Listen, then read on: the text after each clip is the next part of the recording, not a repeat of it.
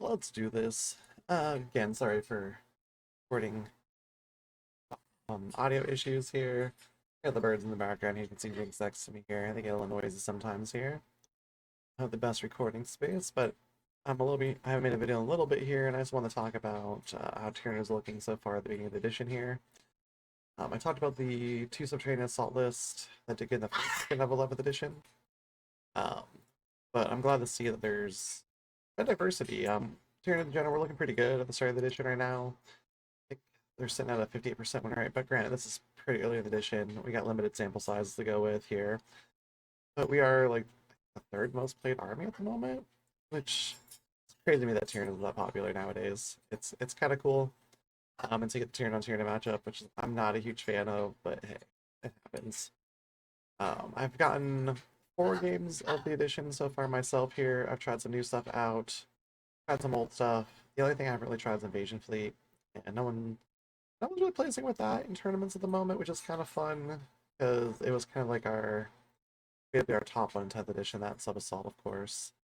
Sub Assault seems like it's still getting some decent play. This past week it did not place though, which is interesting. It was kind of new takes on some other detachments here, which I really like. I'm trying to learn Sabbath next to myself. Maybe Pressure Stampede. Push comes to shove, I might do some Sub Assault. I have a grand tournament on the 18th of this month here, the 18th of July. I'm still kind of torn as to what I'm going to play here. I got a couple games lined up for this week here to get some practice in. I always like looking at like other tier lists are doing well, not to completely mimic them, but for ideas or to like even see like if my thought process and my list building is like on the right track for like what other players are doing here too, which is kind of fun as well. Plus, you never know, you get inspired from other people's armies, try something out new, find something that's really fun to play, even if it's not like the strongest, it's all about the fun of the game, right? At the end of the day here. But the first list here is a Ambush Predators and Vanguard Onslaught list. Insect Ninjas from Outer Space. They're running the Disposition Reconnaissance. They did have the choice between Disruption and Reconnaissance. Interesting they chose to go full on Reconnaissance. I do like Disruption so far. I need to another look at Recon. But anyway, this is two Broodlords, Hyper Dapper Raveners, Underarrow Tyrant, the Swarm Lord, Tyranid Prime with Lash Whip, Wing Tyranid Prime. Like full in the Primes. Wing Tyranid Prime is a Vanguard Invader unit. So we get the advanced charge in this attachment, which is fun, and can fall back and shoot and charge. Anyways, 10 Hormigons, which I'm going to assume got attached to the Tyranid Prime. It doesn't show it on here, though. 5 or 2 units of 10 Gene Stealers, I'm assuming are attached to the Broodlords. A Litter, 2 Neuralitters, 5 Raveners, may or may not be attached to the Hyper Dapper Raveners. It is a good move, I feel like, in this attachment. You have that big beefy unit that hits like a freaking truck when it does. That retaliation's bad. Tuna Warriors with melee bioweapons, unit of Zone Thropes, which I'm assume the Neuro Tyrant is joining as well here. So you have your 2 big blobs of Gene Stars, the Broodlords, that are going to infiltrate, advance and charge probably in turn 1, in the enemy lines. The Raveners can come in, very likely rapid ingressing in, hitting where you need to, doing that crazy damage. Storm Lord supporting, like mid to late game, probably. Mirror Tyrant and the Neurolictors giving you some battle shock. Hopefully popping off here. Neurolictors giving you the -1s. Add enemies a hit, which is going to stack with cover with a -1 both skill, which is pretty solid if they do feel some battle shocks. And then also giving you +1 to wound, which is kind of a huge deal, especially the Gene Stars Raveners, which do hit pretty hard already, and against like infantry or even things that are a little bit more elite that they would normally be wounding on 5s or 6s, dropping down to 4s or even 3s a wound. Especially Gene Stars against infantry, and potentially down to wounding on 2s, rerolling 1s on the objectives. It's kind of gross. I'm not gonna lie. The Warriors, I'm gonna assume that the Winged Prime is joining the Warrior unit, and that the Prime with Lash Whip is solo. Oh, he's probably with the Hormigons. I'm sorry. He's probably with the Hormigons, so he gets advancing charge from them. Where the Wing Tyranid Prime, I believe, is going to be able to, with how the keywords work right now, is going to be able to pass off the Vanguard Invader keyword to the Warriors with the melee bot weapons, giving them advancing charge as well. Which is kind of solid on the way Yeah, it was a small unit, so it didn't really affect it too much last edition here because it was 7 models or less. Uh, the Prime with the wings is a little faster than the Warriors he's with, so you can kind of jump ahead but stay in coherency.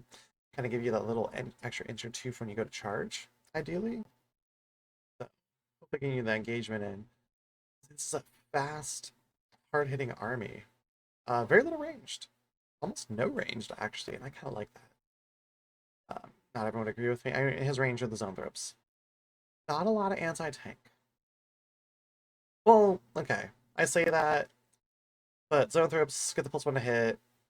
With the narrow tight with if things are battle shot. I forget the zone throws have it, the narrow tyrant has it, but they get +1 to wound as well. They're not taking negative modifiers to their hit rolls because of psychic shooting. I mean, it's a pretty solid. It's strength 12, so toughness 12 and beyond if you run into that, which is kind of rare to get beyond toughness 12. I feel like unless someone's running a stomp, which are really good right now.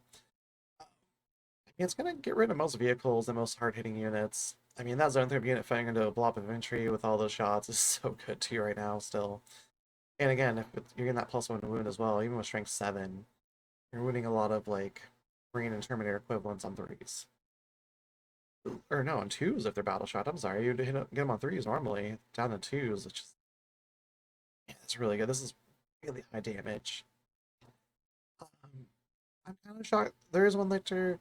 He does have units for actions, but I guess if you do enough damage early on, it's easier for you to do your actions regardless. Here, you keep your opponent back.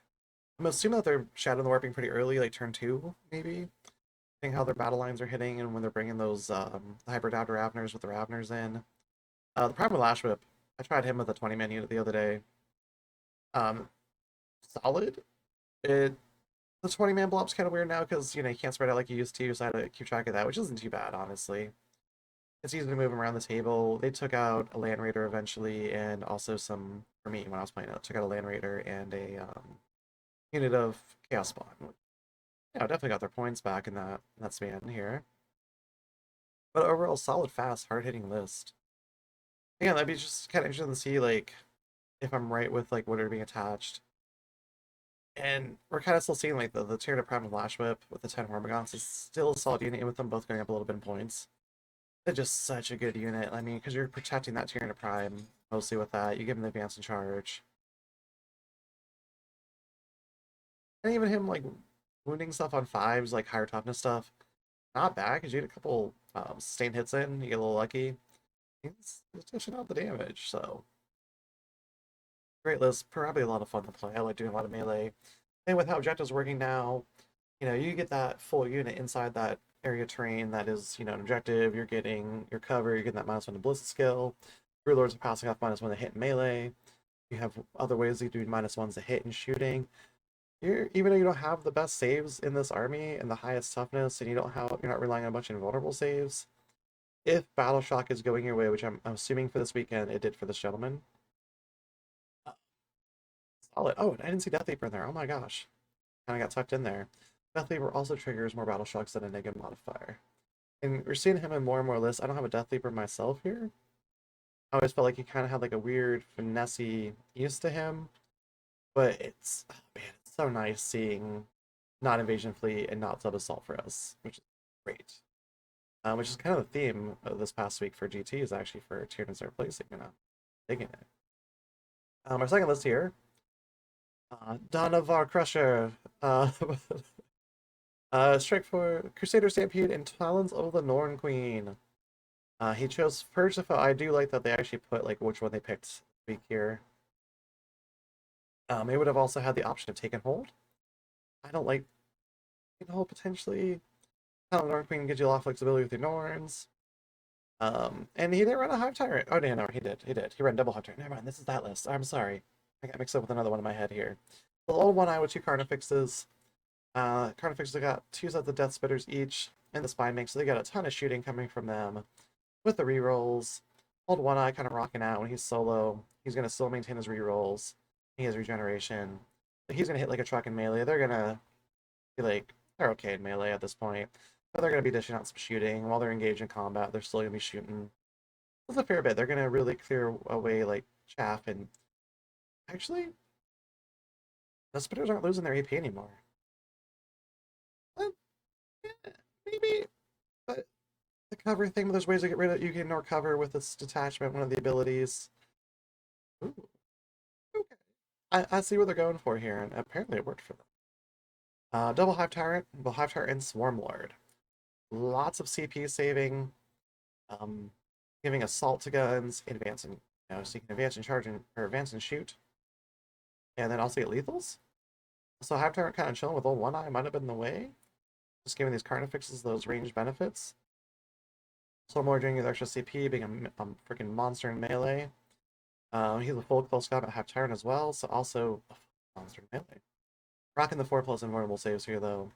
Double Maliceptor, which is a nasty, nasty combo. Their 10-point hike does not hurt them too much at all, honestly. They're annoying cover, and they're just hitting decently. Their melee is okay, but they're a nice little tank. They're gonna hold things down. Or in a simulator. The enhancement with the science upgrade, which is going to give him a 4+ invulnerable save. Hell yeah. Making the Norna simulator basically as good as an emissary, actually a little bit better. You're paid a little bit more. You're basically paying his old point, costing him an invulnerable save, but not a bad option at all. It's great. I really want one now, actually. I think the move right now, unless you're going like full like 5-6 Norns, the option is 2 to 3 Norns.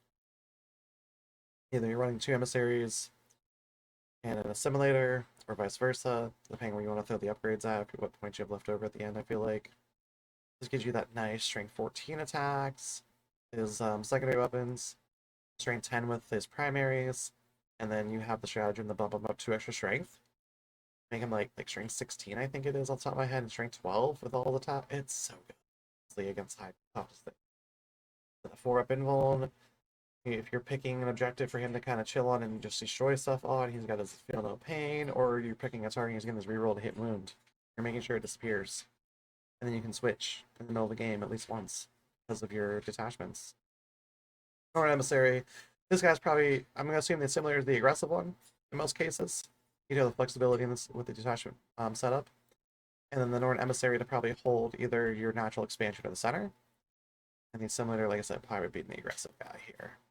A Norn emissary at 250 points is a hell of a deal. And he's also running 2 Tyrannofexes, one with a Rupture Cannon and one with Acid Spray. I do really like the Acid Spray. Tyrannofexes, I'm not gonna lie, because even if your opponent, if you're running Rupture Cannons, doesn't have tanks, they toughness 12 that can blanket damage, 16 wounds. He's gonna chill. He's gonna block some stuff. He's gonna help hold an objective. Even if he doesn't have the best targets to shoot at, he's hard to remove. 5 OC, it's just annoying for your opponent to deal with, especially when you're running a couple Maliceptors, a couple Norns. And I love how small this army is, actually, too. Although it's just kind of wild, like, there's the rumors that were going around the armies were going to get smaller in this edition, and people thought it was because of points. And what I've come to realize is armies aren't getting smaller because of points. They're getting smaller because they're encouraging you to run more elite armies in some cases. Kind of the counter like purge the foe and stuff like that, so it's hard for your opponent to kill more than you. I don't think it's necessarily a terrible thing.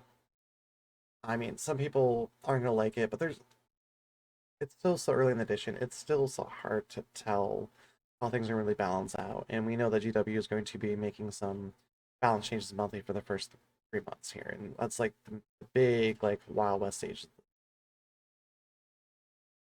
I guess with one Rupture Cannon, 2 Norns that can have their strength buffed an extra 2. You can do massive impacts. You also have the Crusher Stampedes version of massive impacts where it's almost like a grenade on the charge, where it's 6 dice. On 4s, you do mortal wounds. So you have the option to do both in a turn. You have plenty of CP coming at you in this attachment.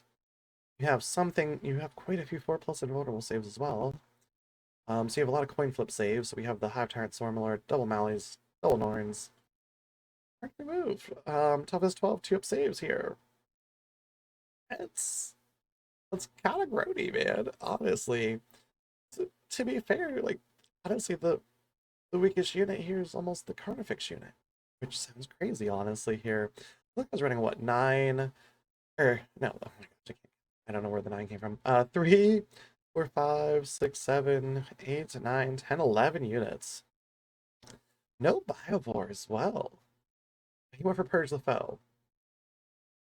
But some of the Purge the Foe options are do want you to hold multiple objectives for scoring and not just necessarily kill stuff.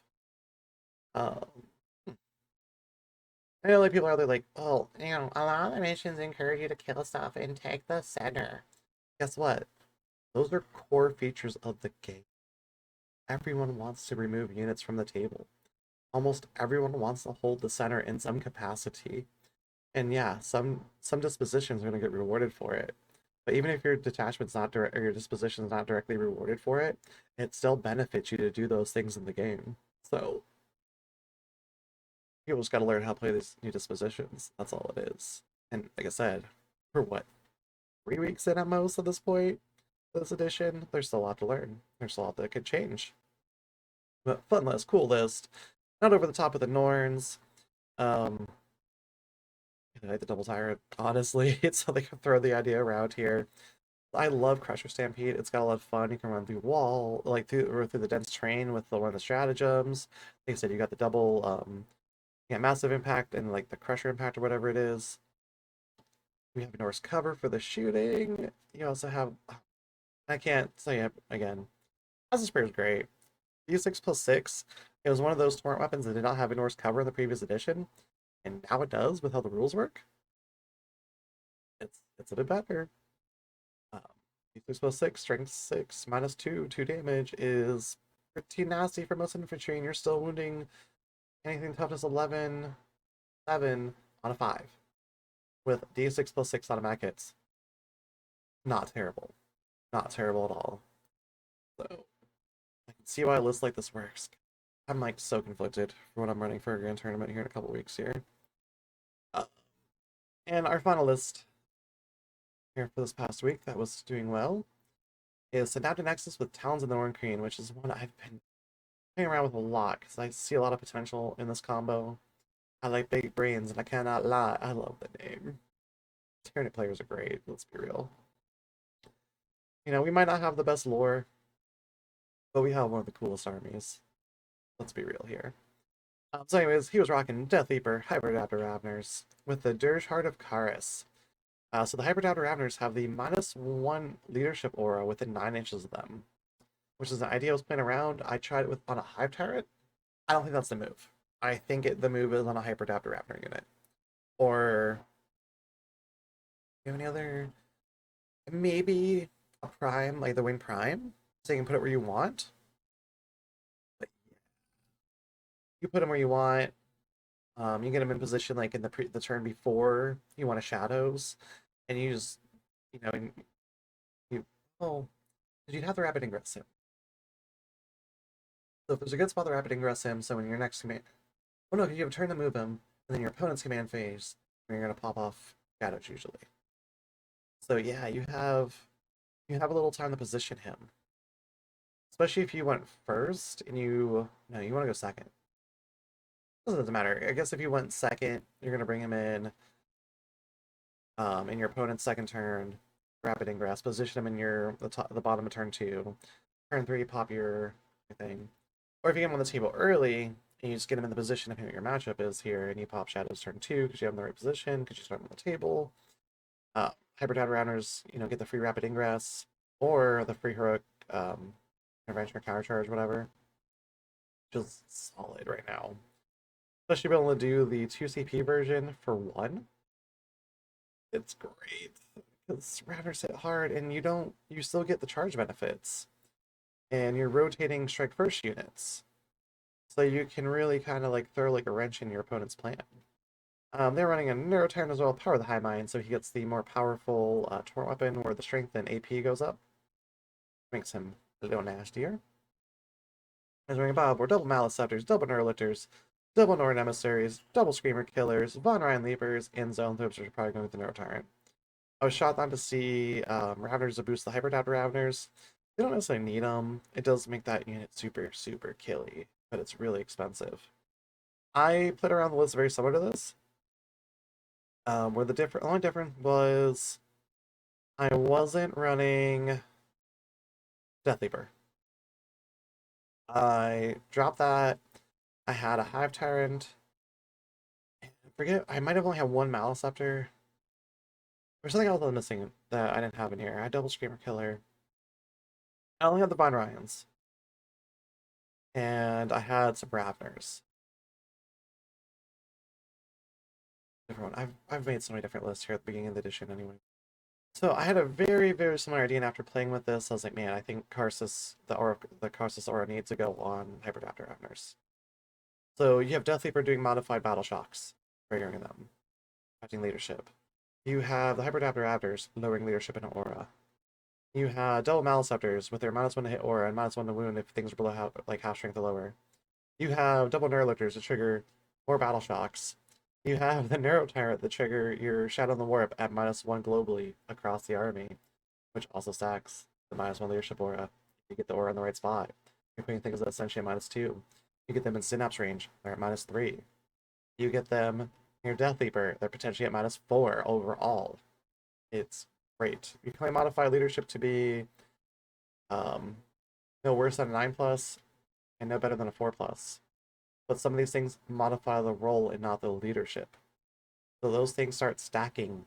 And a lot of things aren't limited to plus, only modified to +1 or -1. That's with skill, weapon skill, and the hit is restricted there. Other things aren't. So you can really, really put a dampening on people's armies with Battle Shock here. You just gotta really position your army well. Screamer Killers, when they spit, they're causing a Battle Shock at -1. Yeah, the Neurolictors aren't modifying the leadership, but they're still triggering 2 more rolls for Battle Shock. Von Ryans are probably going to screen out or use them for actions. They go Disposition 1. Disruption or Take and Hold. It could go either way. Because you're doing Talon and Norn Queen, so your 2 Norns could take the center in the beginning of the game. Have that nice little synapse bubble there, be hard to remove. If the enemy starts kind of clumping up on the center to remove your Norns, guess what? That's great for you. Because you're going to get your Hyperdaptor Ravner in there. Get a lot of things on that negative aura. Get things in your Synapse range. Get things in Death Leaper's aura. And start just triggering battle shocks, hopefully, that they're failing. And then if your auras that are still up that don't just necessarily affect just shadows, like the -1 leadership aura from the Hyperdaptor Ravner, and they go to retest, they test out of battle shock. They're at a -1. If they're by Death Leaper, I believe they're also another -1. So hopefully keep them battle shots, but ideally things are saying battle shot for like 2 turns. That hopefully gives you enough time with the debuffs from your Neuralifters to kind of put them in a bad spot. This attachment also has some like really great stratagems. Like again, the Norn one, yeah, we can bump up the 2 Norn emissaries in this list to strength 12 and strength 10 with their attacks, so their primary and secondary attacks. Which is nasty. Strength 12 is a good breakpoint. Strength 10 is also a great breakpoint for their secondary attacks. Um, you can switch like what objective they're on. You have that flexibility with them. But the big thing is Synapse Nexus has some really great stratagems. Like the attachment rules itself are okay. But the +1 to advance in charge for a turn is great. And like situationally, the 5+ invulnerable save across the army is only going to really benefit your Ravners and your Screamer Killers. Your Bonrines, I guess. Kind of great in the Screamer Killers and the Hyperdaptids. There is no CP generation outside like Lictors killing things, which is fine. I don't think you're necessarily using the one where you give the different detachment abilities out. You're probably saving your CP more so for fallback shoot and charge, which is our only attachment that has this ability outside Vanguard Onslaught, which has it for Vanguard Invader units. Uh, oh no, it has it for everything. That attachment. Great. Vanguard Invaders get advanced charge. Uh, Solid. You also have what I like to call our mini Oath of Moment that we can do this attachment. Where you take a Synapse creature, something within 24 inches of it gets marked. Anything within 6 inches of that Synapse creature gets reroll hits to 1, reroll hit rolls of 1, and reroll wound rolls of 1. So yeah, you stack a bunch of stuff around that unit, like your double Maliceptors and your Zoanthropes, because maybe you trigger it with your Neuro Tyrant, and you have those 3 together, those 3 units together. So your Zoanthropes are rolling 1s to hit, rolling 1s to wound. Ideally, the unit is battle shocked, you're getting +1 to wound. And then you're also shooting with your double Maliceptors who are hitting on threes no matter what. Rerolling the ones to hit, and rerolling ones to wound at strain 10. And hopefully getting +1 to wound. That's pretty nice. Let's be real here. It, it is definitely like a very more finessey army. I'm trying to learn to not play just like pure monster, which I'm so used to because I love monsters, don't get me wrong. But this attachment has so much possibility to it. And I'm so glad to see someone do well with it and having this very similar to something that I've had the idea for. I'm just like, all right, maybe I am on the right track. I just gotta learn this attachment. And then we can go. And we can do this. I don't have too much to paint for this one. I'm just gonna paint some zone thrips and we're pretty good then. I do a couple bases here. And this army is like fully battle ready for a grand turn here for me. I do have a ton of monsters already painted up, so I do the paint up of Screamer Killers. But not too bad. 3 zone thrips and a Screamer Killer. And an Neurolictor. Easy paint for me. The rest of it's already done, so we're good there. But yeah, what a fun army. Like I said, I like that we're in a good spot right now. Tier wise, it seems like the beginning of the edition. That can change dramatically in the next few months here. You know, um, especially as people start learning the map, start learning this edition really well, start really playing into it, seeing what's working for them, what's not working, and as GW's making their tweaks here for the next few months, it'll be interesting. Um, I'll probably talk about this in another video, but seeing like some of the changes that are coming to orcs, a lot of hopes for things coming for Tyranids eventually here, which is odd, but and some like just some changes across codexes that I'm hoping will be a theme here. Anyways, hope your games are going well for you, especially if you're running Tyranids. If you're in Space Marines, I hope you're getting ate by Tyranids. I'm sorry. No bias here whatsoever. Well, thanks for listening. Thanks for hearing me out. If you're having success with Tyranids, go and share it with me. I'd like to hear about it. Or if you're finding some cool combos that you've never ran before. Like, let's hear about it, man. Like, there's more than Invasion Fleet, and there's more than Subterranean Assault for us. And I love seeing it. So, have a good one. Thanks for hearing me out. Go make some coffee. Have a great evening.